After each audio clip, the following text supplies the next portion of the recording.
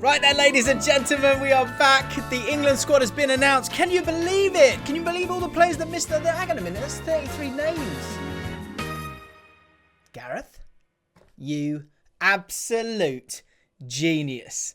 Gareth Southgate, this is what it's about, right? And people are going to look to turn on him. I've seen it in the last 12 to 18 months, this idea that, okay, he's a bit of an oaf, he doesn't know what he's talking about. What I love about Gareth Southgate and this fact that he's put 33 names forward is the fact that Gareth Southgate, you can say what you want about kind of footballing decisions. And yeah, that's what football's about, right? And opinions. And what has been so unique about this England squad is that there has been so much debate. So much debate about this England squad. And I understand that. And I think we can all appreciate that one player that you think's good, that I also think's good, you know, two can't go into one, right? But what Gareth Southgate is refusing to do, and this is something that he has always done, is he will not be pushed or bullied into certain decisions. And most importantly, he will not be rushed.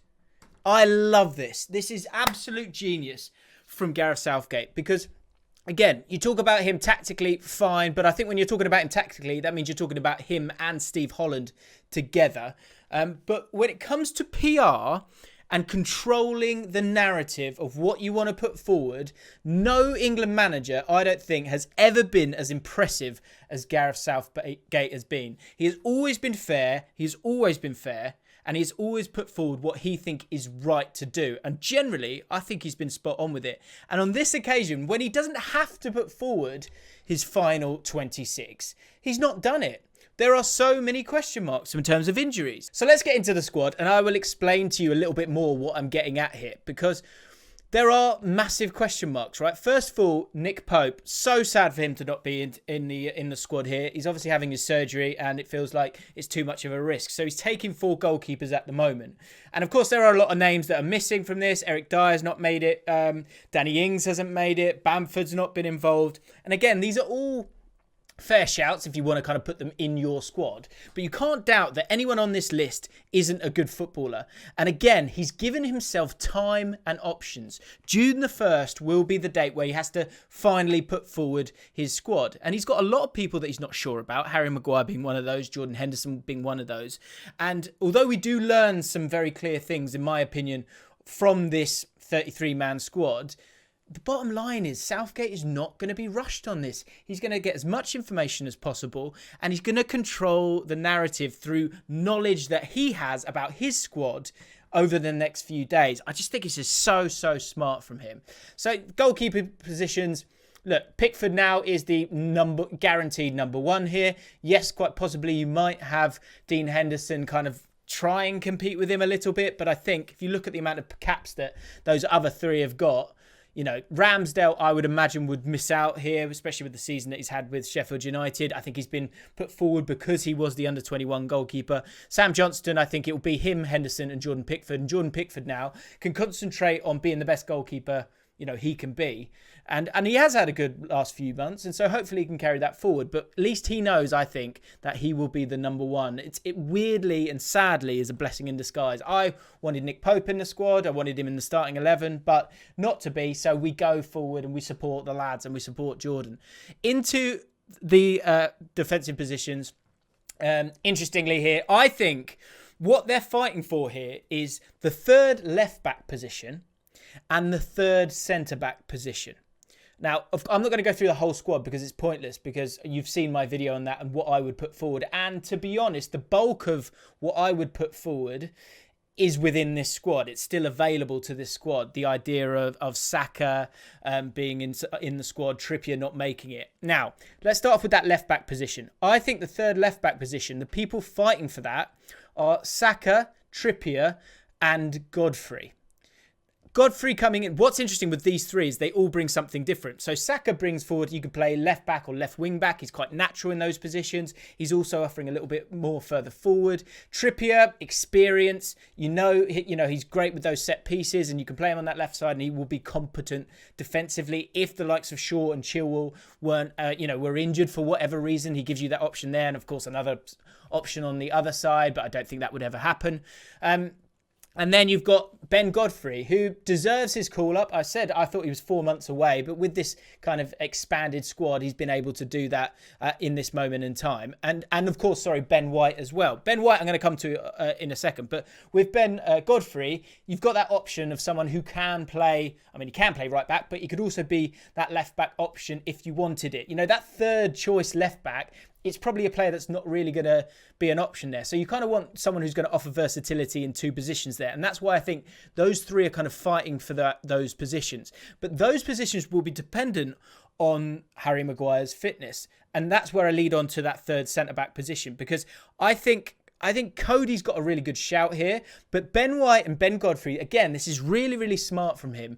Ben White has played right-sided centre-back in a back three numerous times for Brighton. He could also be a defensive midfielder. He's played in that role this season for them as well. So I think this is a really interesting trial that Southgate can put forward when it comes to his squad. But what it does reveal very, very clearly is that if Maguire is not playing or not within this squad, isn't able to be fit, they will definitely 100% be playing three at the back for the entirety of this tournament. They will not be playing four at the back otherwise. And I think, to be honest, they'll be looking to play that three at the back regardless. I'll be surprised if they don't with the options that they've got.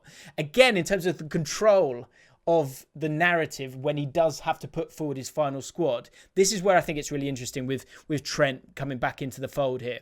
He's not made that decision, but if he has to go and make that decision in terms of dropping Trent from this squad, then what he's doing here is he's going to bring all those players in together. He's going to take a second and look at who's going to fit where. And then he will make the decision. And there will be a knowledge that he has from the training ground, from the vision of what he wants to put forward in this tournament, that gives him the answer that he wants. And it's something that, although you can disagree with, you can't suggest that he hasn't done his due diligence to give the opportunity to them. It also, when you get those players together, it also allows you to create a trial. There's going to be some 11 versus 11 games here that are going to be fascinating, because you will play that back three and you will let these players go. It's this great mix of, okay, these are the players that have done well for me. Let's give you a chance. Let's create a fair trial here for these players that are all part of the squad, all part of this England identity. But I'm going to choose it on the players that do the right job for me. And if Trent, during those games and those elements of training, does well, he'll be in the squad. And that's what I really think it's smart that what he did with Trent by taking him out for a second. Maybe it was that little kick up the backside that he needed, that we've obviously seen the final output from. And now when you bring him in, you then do it on a fair playing field where you don't go, well, Trippier goes, well, hang on a minute, I was in the squad a second ago and now you're chucking me out. He's going to go have a look at everyone and do it with fairness in as much allotted time that he can have with that 1st of June deadline. It also allows Jordan Henderson to be given that opportunity to play and highlight that in training he's ready to go. I think training goes up a notch as well. That's the other thing. And you allow that kind of that just gentle element of form to play a factor in his final squad, but you're not kind of just chucking people out the door. And it won't be, I don't think it will be as glaring if he does it. And even the important thing is that, again, if he does it on his own terms. I just think this is so smart from him. Because he might have to make some big decisions. And again, if he does that, I can live with that, But he's doing it on his own terms. Into midfield, Calvin Phillips could be a problem for him. I think they're saying that he's going to be absolutely fine, so I expect him to be in the squad. I think when it comes to this, you've got likes of Lingard who's going to be struggling, and you've got to pick between Watkins and Greenwood. Again, same thing. If Watkins gets chucked out and you bring in Greenwood, it's just not a good vibe. It really isn't a good there's not a good feeling about that. This way, you bring them all together, you give them an opportunity, and you can maybe highlight what you need from your squad. Do you need that little bit extra on that right-hand side, which Greenwood can offer? Or do you need that? Or are you worried about DCL playing up front on his own if Harry Kane was to get injured? And if you are, then maybe it's Ollie Watkins who can play a bit more of a similar role to Kane than DCL could. Again, these are about the options that he's got. He's going to have a look at all of it. and he will make the decisions that he feels is right. There is so much noise. Look, this is from a guy who's done how many squads on England? There is so much noise. No one's right. All that is right is what's right to you and to him and his team and his circle. And I think that's, that's a life lesson in itself as well. Do you know what I mean? You're going to hear all these different things. You have to look at and survey the situation with as much information as possible and make the best decision for you. This is his job. The responsibility is going to be on his shoulders. So he needs to feel comfortable with the decisions that he's going to make. And so he's going to make that, both with the injuries and everything else, with as much information as possible. I just think it's genius from him. I think it's really, really smart. He's given himself every chance. And that's what we want, right, as England fans. We want him to have every chance to be successful. So we will see. He's going to make some hard decisions that people on Twitter are going to lose their mind over. Fine. But he has to do what's right for him. And he's going to do it with, as many options in his mind as possible. Really, really smart. But what do you guys think? I'm sure someone will get angry at Southgate. That's fine. But what's he supposed to do? He has to leave out certain players. The players that he has left out, Danny Ings, maybe there's one there that he could have kind of put it in. But where does it end? Do you know what I mean? Tomori, again, where does it end? And Eric Dyer, look, does miss out, but I think he hasn't been good enough. So in certain areas, he's been willing to make those hard decisions. And I think he will continue to do so. Expect some shocks when it gets to the 1st of June. But from then onwards, again, he can suggest that we know what we want to do and we know how we want to move forward. And as good as this player or that player is, it doesn't really work for what we've got right now. And if we lose Maguire or lose Henderson, again, we need to be able to fill and plug in those gaps with the right kind of centre-back and the right kind of third-choice left-back that gives you the options elsewhere. I think it's interesting. I think it's smart, and we will see what it will be. But that is your provisional squad. Those are my thoughts on it. I want to look at it positively. I'm intrigued to know if anyone feels differently. I'm sure there'll be one or two. So let me know down below. If you haven't subscribed to the channel and you're still watching right now, then please consider subscribing. Hit the like button as well if you want England to win the Euros. Why do I keep saying that? Because I lose out on it. Anyway, I'll see you next time, guys. Ta-da.